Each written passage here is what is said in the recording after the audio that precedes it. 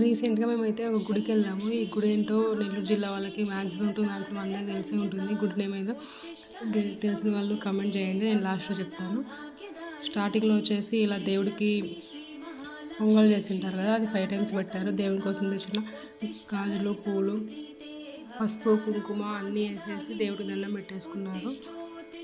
మేమైతే రీసెంట్‌గా వెళ్ళాము. చాలా అంటే చాలా బాగుంది గుడి. మీకు ఎవరైనా నాకు తెలిసి మాక్సిమం టు మాక్సిమం అందరికీ తెలిసే ఉంటుంది. ఇది తిరుపతి జిల్లా, ఇంతకుముందు నెల్లూరు జిల్లాగా ఉండింది.